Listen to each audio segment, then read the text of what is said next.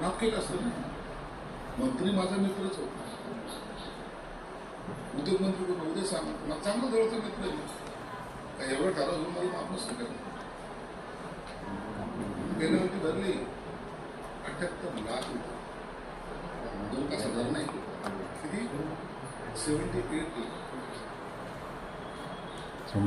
समजलं का? मध्ये त्यांनी भरणा केलेला नसून विलंब शुल्कासह 150 दिवसामध्ये भरणा करण्याचा कालावधी दिनांक 25/6/2024 रोजी पर्यंत होता, यानी कि 25 जून 2024 तक इन्होंने लेट फीस के साथ अगर ये प्लॉट चाहिए तो इन्होंने भरना. 150 दिन का भी टाइम हो गया. लास्ट डेट थी इसकी 25 जून 2024. आता यांच्या मुलांनी हे जे पत्र त्यांना दिले की माझे वडील आजारी होते, एंजिओप्लास्टी होती, पैसा भरता आला नाही. जून मध्ये त्यांनी सांगितलं की तुमचं आता संपलेलं आहे. जून 2024 ला त्यांनी पत्र लिहिले. डिसेंबर 2024 ला 6 महिन्यानंतर त्यांनी 10/12/2 मेसर्स कॅन्युअल डिस्टिलरीज लिमिटेडचे श्री सिद्धांत संजय शिरसाट यांनी त्यांच्या वडिलाची एंजिओप्लास्टी झाल्यामुळे बीओपी रकमेचा भरणा विहित कालावधीमध्ये करता आलेला नाही असे दिनांक 10/12/2024 च्या पत्रांनी कळविले होते. मग त्यांनी काय केलं? डिसेंबर मध्ये हे त्यांनी पत्र पाठवले की मला भरता आलं नाही करते. मग त्यांनी लेट फीस भरली. किती लेट फीस भरली त्यांनी? 77 लाख 2,083 77,02,083 रुपीज.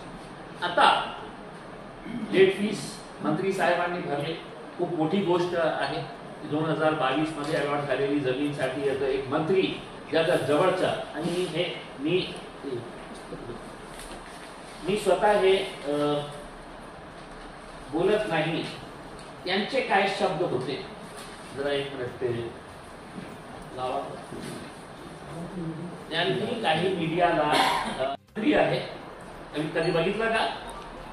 एक मंत्री ज्याचा मित्र उदय सामंत, मी बेवफ केली असती. आता बोलण्यासाठी प्रामाणिक आहे हे त्यांनी बोललं. आता MIDCच्या नोट मध्ये मेसर्स कॅन्युअल डिस्टिलरीज प्रायव्हेट लिमिटेड यांनी बीओपी रकमेवरील भरणा केलेली विलंब शुल्क ₹77,02,083 परत करण्याकरिता 13 जानेवारी 2025 रोजी विनंती केली होती. त्यानुसार त्यांचा प्रस्ताव मुख्यालय पुढील कारवाईसाठी सविनय सादर करण्यात आलेला आहे. भरली रक्कम भरली 77 लाख रुपीज. मग त्यांनी एक पत्र दिले की ते मला परत करा. आणि हे पत्र जे कॅन्युअल डिस्टिलरीजचे चेअरमॅन साहेब डायरेक्टर सिद्धांत शिरसाट साहेब त्यांनी 13 जानेवारीला ज्या दिवशी त्यांनी लेट फीस भरली,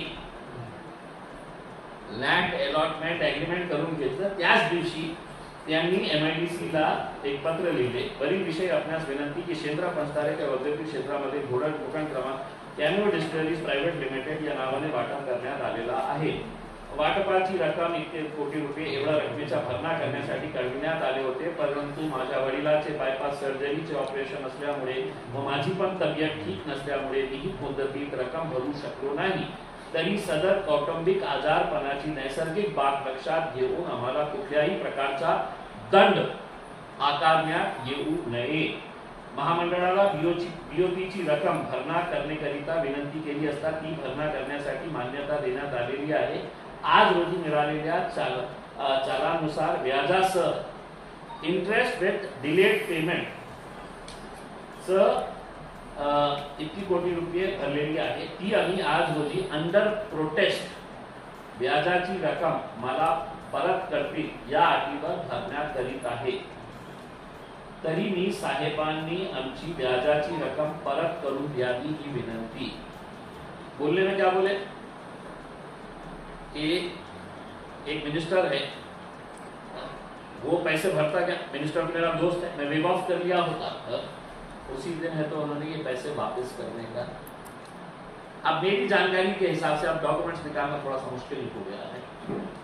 इनको जून के महीने के अंदर ये 78 लाख रुपए ये वापस मिलने वाले थे. जब ये मामला सामने आया पूरा, संजय सिरसाट साहब विवादों के घेरे के अंदर आए, विक्स के अंदर आए, फिर MIDC का लैंड आया, फिर वर्ग 2 की जमीन का मामला आया, ये सब. तो अब उनको मिलने वाले थे, अब वो पैसे मिले हैं या नहीं मिले हैं ये इसका उत्तर उन्होंने ही देना, क्योंकि हमने बहुत कोशिश करने के बावजूद भी मतलब हमको वो डॉक्यूमेंट्स अब नहीं मिल रहे हैं जिसके अंदर उन्होंने ये बताया. दूसरा, नियम के हिसाब से कोई भी जो प्रायोरिटी के ऊपर जो लैंड दिया जाता है, ease of doing it, land allotment, MIDC का जो लैंड अलॉटमेंट है इसका रूल है. इस रूल के तहत अगर कोई 100 कोटी रुपए की इंडस्ट्री डाल रहा है, उसमें रोजगार बहुत ज्यादा मिलने वाला है. अब उसमें भी है तो बड़े नियमावली बड़ी क्लियर है कि प्रायोरिटी अलॉटमेंट अगर रोजगार